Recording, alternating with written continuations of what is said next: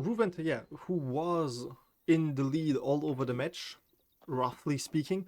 His opponent had more kits in the end than he had, but I I don't know if it was a winnable situation, because on one side we had Ruvente with 8 halberdiers, and to be honest, 8 halberdiers on the opposing side is never a good situation to be in. Like what do you even want to do, like with 8 halberdiers coming at you?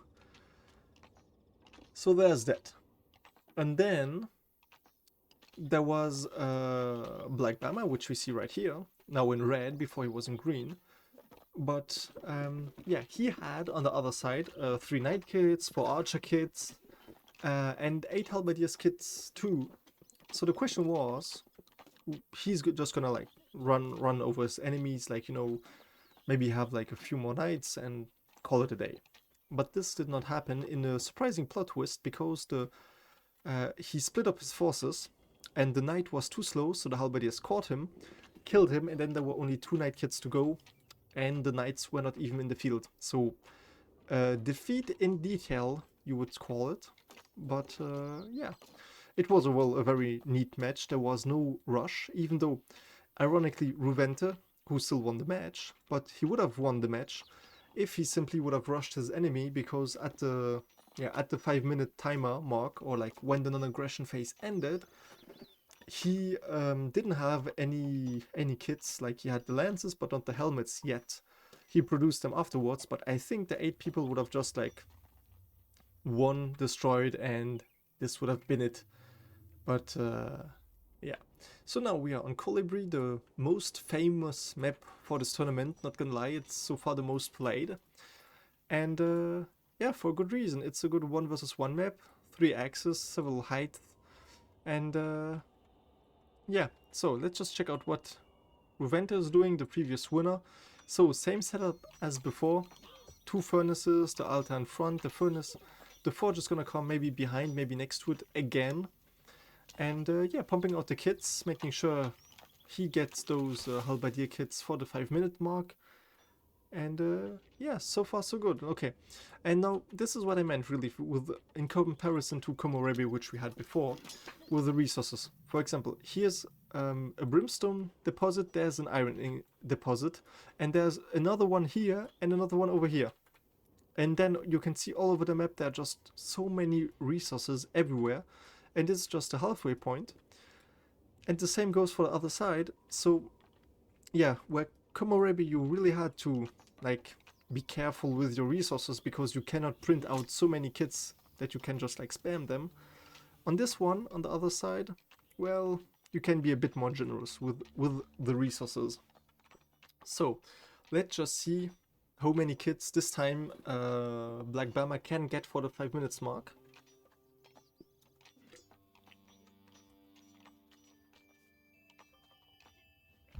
So just giving them a heads up about the 1 minute mark. And now 4 lances right now. The iron ingots are on the way. So we can see that, okay, and the forge is down. So this is 5 iron ingots right there, but not 5 helmets. Very interesting choice to go for the forge before having the 5 helmets, but I think on this map you can, because the risk of being rushed at the beginning is slightly less high simply to the length of the map. So simply due to that fact, I think the risk is mitigated. But yeah, on the other side, Ruvente already with a full stack of helmets and lances, only 2 helmets missing, 1 now missing, for him to have like the fully equipped. And excuse me, that's just a timer. And there we go, gonna start the timer for 40 minutes. 40 minutes timer is a go. And also, notably, we can see Ruvente placing his defensive towers, his 2 defensive towers, slightly different than before. Before he had like 1 in front and 1 behind, or like 1 on the side. And like, due to this map, from the enemies will likely come from in front. Unlike, well, unless they run around the whole area just to come from behind, but even then they would be able to shoot. So the question is gonna be, Will he make other towers, or will he just have 2 towers and call it a day, because that's enough? He seems to be working on another sentinel. And yeah, only 1 to go, and then he has his full defensive set. The question is, will he try to hold on the wards, like the crystal, the shards, like he did before, with 1 guy keeping there and standing there, or will he try to maybe build a bunker like we saw on some other occasions, or will he maybe even try to build a tower for the conquering ward with the sentinel? Very curious to see what he will try to do, but yeah. There we have the 8 halberdier kits, so for all of his people, even the 2 who still haven't spawned yet. Meanwhile, on the other side, let's check out his opponent. So, having 7 kits already, only 1 missing, 1 helmet, my bad, is missing. But I think this one should be coming there. Yep, there it is already, there's the helmet. And now there we have the full stack halberdier kits on both sides. Slight difference though. Ruvente also has 4 defensive sentinels, so very interesting to see where it goes. And yeah, so far both players stayed on their side of the map in their bases, didn't try to scout ahead to see what happens. Oh, also slight difference, we have the first archer kit on Bama's side. So there's the archer kit. How many more will there be coming? So far enough for 2 more, but the 3rd one seems to be well on the way too. And now we can see Ruvente with the halberdier spam. Well, it's not a spam technically, but yeah, 6 guys, even a 7th, no, even a 9th kit is already ready. So very impressive stuff here, but he's sending all of his people out, it seems. 1, 2, 3, 4, 5. Okay, no, there's the last one, I didn't notice where he was. But yeah, same as before, 1 guy stays in the base. Meanwhile, the rest is running outside. And yeah, sticking to 1 lane, not making like fuss going over there. Also, both players you see are on the right side, so this is the favorite lane, so it wouldn't really make sense to make them go like over here. But yeah, now we can see what is going to happen, because his opponent has 1 archer kit and 8 halberdier kits, so he can very well defend himself. And now the call to arm is issued, the archer starts firing, and now is he going for the stockpile? No, he's going for the halberdier, and he's calling them back, because now the archer starts shooting. You can see that he gave him even 2 more arrows on the go in the back, and now he's calling his 6 halberdiers back, and the question is, will he pursue him? Same thing as before. Ruvente used only 6 of his people for an early aggression. Well, early aggression, not really, but for an early attack. Roughly 10 minutes in, 5 minutes after the non-aggression phase ended, roughly speaking. I'm not using exact values. I love how the 3 of them just missed each other, like, nope. And yeah, the thing is, he wasn't able to finish off his opponent because he had more kits and like all of his people there. But what is going to happen there? Okay, so the 1 halberdier gets pursued, but meanwhile, the other ones, the 7 others, well, 5 others, because the 1 was here, are back to the base and put down the weapons. So are they gonna start working again as if nothing were? Or will he simply start to conquer stuff? And no, he noticed the halberdiers in the center of the map, felt the risk too great and called his people back, his guy back. But now he just put it down because he saw that they backed down as well. And yeah, there we are. As before, roughly a stalemate, roughly equal. Yeah, 8 halberdier kits, 2 in the field, 3 archer kits, the 4th well on the way, and 2 knight kits. The problem is, as I said it before, he doesn't have enough people for all of his kits. So basically he could have like 4 archers and 4 knights. The question is, well, what are you gonna do with your 8 halberdier kits? Like, do you just want them to sit around and do nothing? Or do you want to have them in the field, sacrificing maybe 1 archer for a halberdier? Will you do the trade-off? Will you not? Big questions. As he put out his first sentinel and the second one is already there, so 2 sentinels. The question is, will he also build a small tower to defend them? Or will he simply put them on the ground and take the risk of them being rushed. I would be surprised, to be honest, because he has like a lot of stones, like, yeah, 10 stones just sitting there, so you can easily make a tower like Ruvente did in his base, like this, because this is 1, 2, 3, 4, 5, 6 stones, so could even make 2 if you wanted to, like sacrifice the side stones or something. But yeah, we can see Ruvente doing so on his side the same tactic as before, having the one halberdier on this crystal, and on the other side having another halberdier as well. So I'm just gonna presume he's gonna do the same one with this one, and maybe even this one. Well, actually at this point he might just go for the middle one, like the center one, because this is roughly like his base area. This is roughly the mid no man's land, and this is roughly how his opponent's base. And now we can see that Bama is starting to build also his defensive structure exactly the same as his opponent. Makes sense. Oh, he even does a bigger one. My bad, it's not exactly the same as his opponent. He's doing a double ranked one, and it looks sexier, to be honest. No offensive, it just looks better. Okay, and we can see already that this is going to be a half brick as well, and this is going to be a full one. And okay, so he's making a full row of them. I like this. I'm going to be honest, I like this style. I prefer it. It's like not just a tower, it's like a big chunk of wall. And yeah, I like it. Might even use this in single player if you ask me, simply because it's like the whole structure can just do a whole wall. It may be behind, like this is single player talk, but behind just do a tiny bit of a taller wall to have like archers on top. This doesn't look so bad. I like it. And there we can just use the proximity.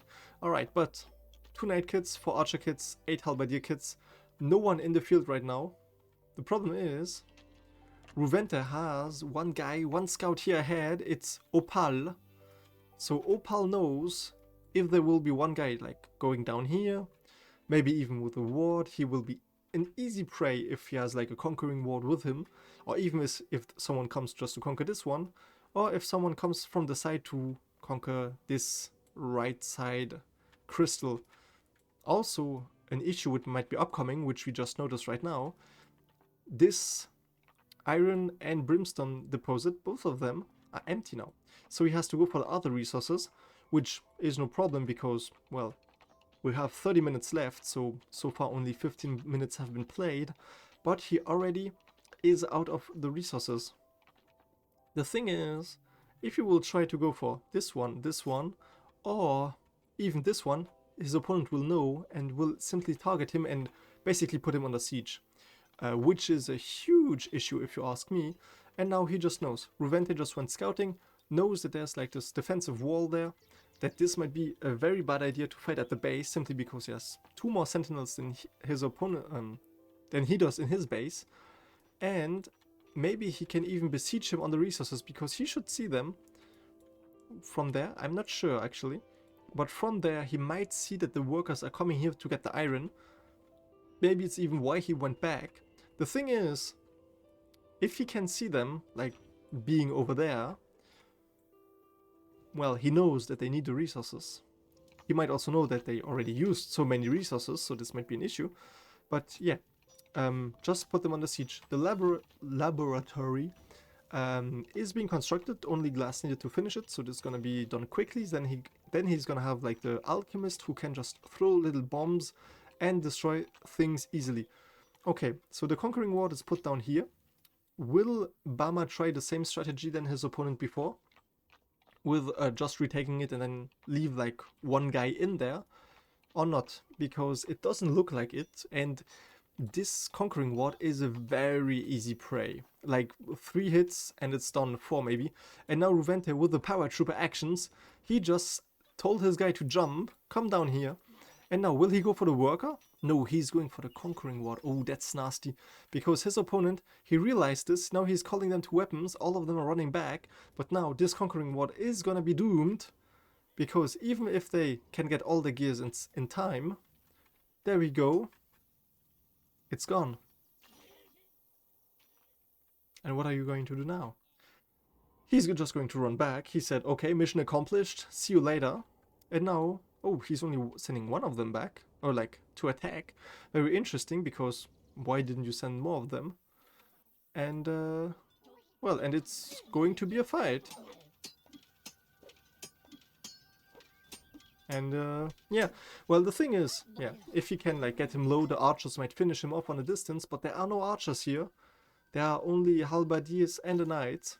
So now it's just hot pursuit, and yeah, at this point you can just call your people back, like maybe order one to pursue him, but the rest can just like go back to work, do like clean up this mess, and just get other resources, because yeah, he's just gonna keep running. He's never gonna look back, and probably someone else even is gonna take his place simply because he got low on health.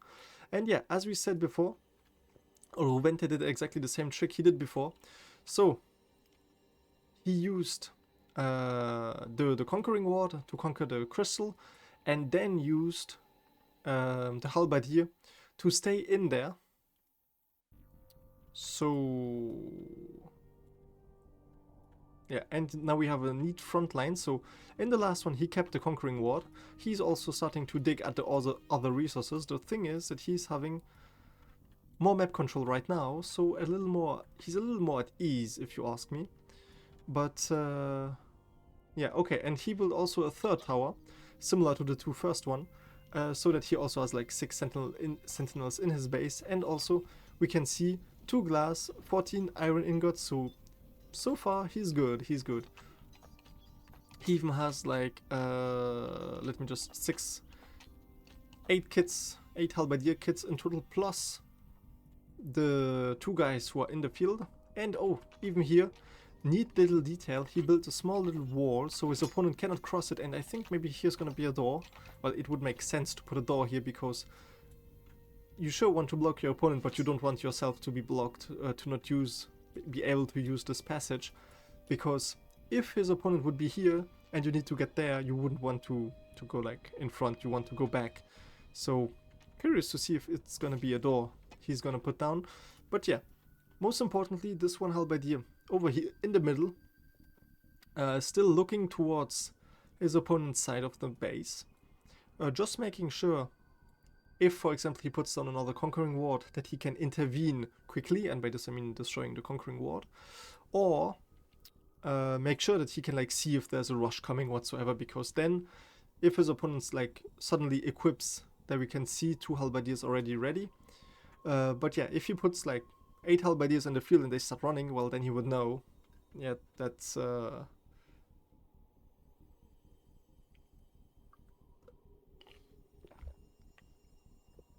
alright, so 26 minutes and 26 seconds left. Now you can see a neat defensive structure for the sentinels, so a double rowed wall, so meaning that you need to destroy the 2 rows to get to the stones, and even then you would have to destroy like this stone, like this big one, then this one behind, and even if you dig at the one which is under those 2 stones, it still would not be enough, so you would need to destroy another stone just to get to the ground one, to destroy half of them, so really not worth it. And now, this is why there was a scout here. We can see the attack is coming, but Ruvente didn't notice it. Now he noticed it and runs back. So there are 3 halberdiers, 2 archers, and 2 knights, all coming for his base. And this is why the scout is so important, and I keep telling this to people. You need the scout to know when your opponent is going to start an attack. And most importantly, there's 1 soul left in his base, which might be very important, because if all of his guys die, he will at least have 1 to defend himself with. So yeah, there we go.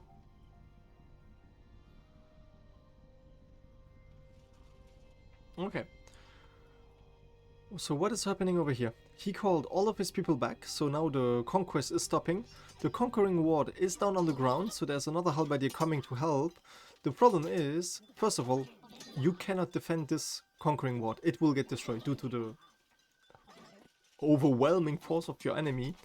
And now this Conquering Ward is done. The problem is, since he didn't put the Conquering Ward down for those 2 crystals, as soon as they leave, it's over.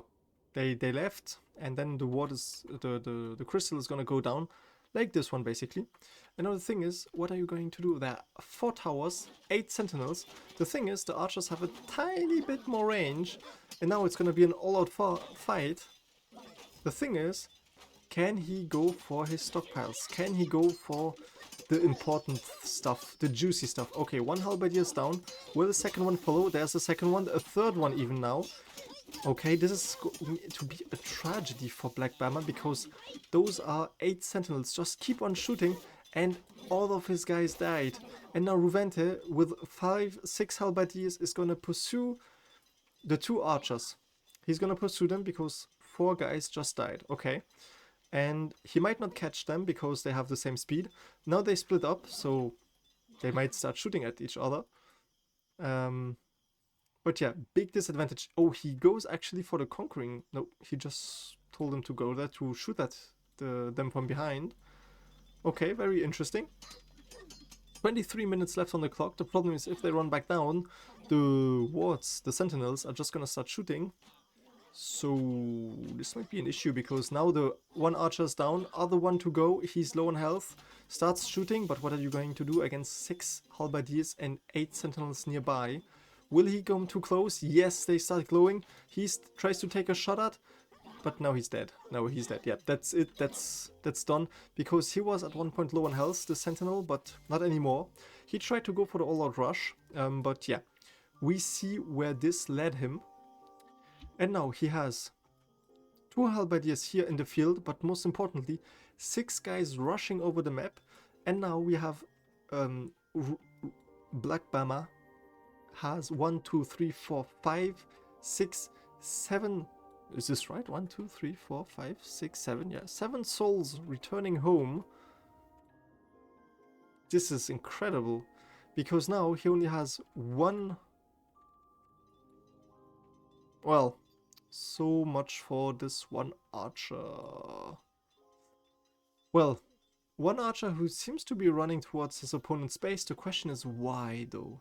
Because the thing is, okay, sure, this is a bad situation. Like, it's the worst case scenario you can imagine.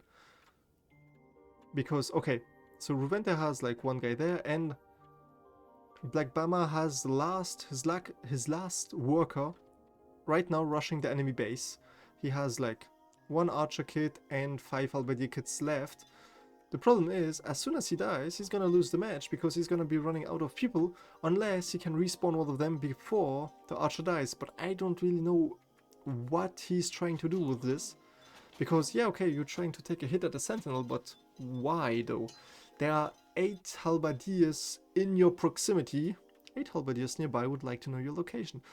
But what are you going to do? You're just going to die in incredible pain. I thought for a second he was going to go over there. This might have been even worse. Okay, now he's dead. Let's just check his base. Is there even 1 guy who respawned? Okay, no, so Ruvente won. Yep, Ruvente won this match because all of the Bricktrons are dead.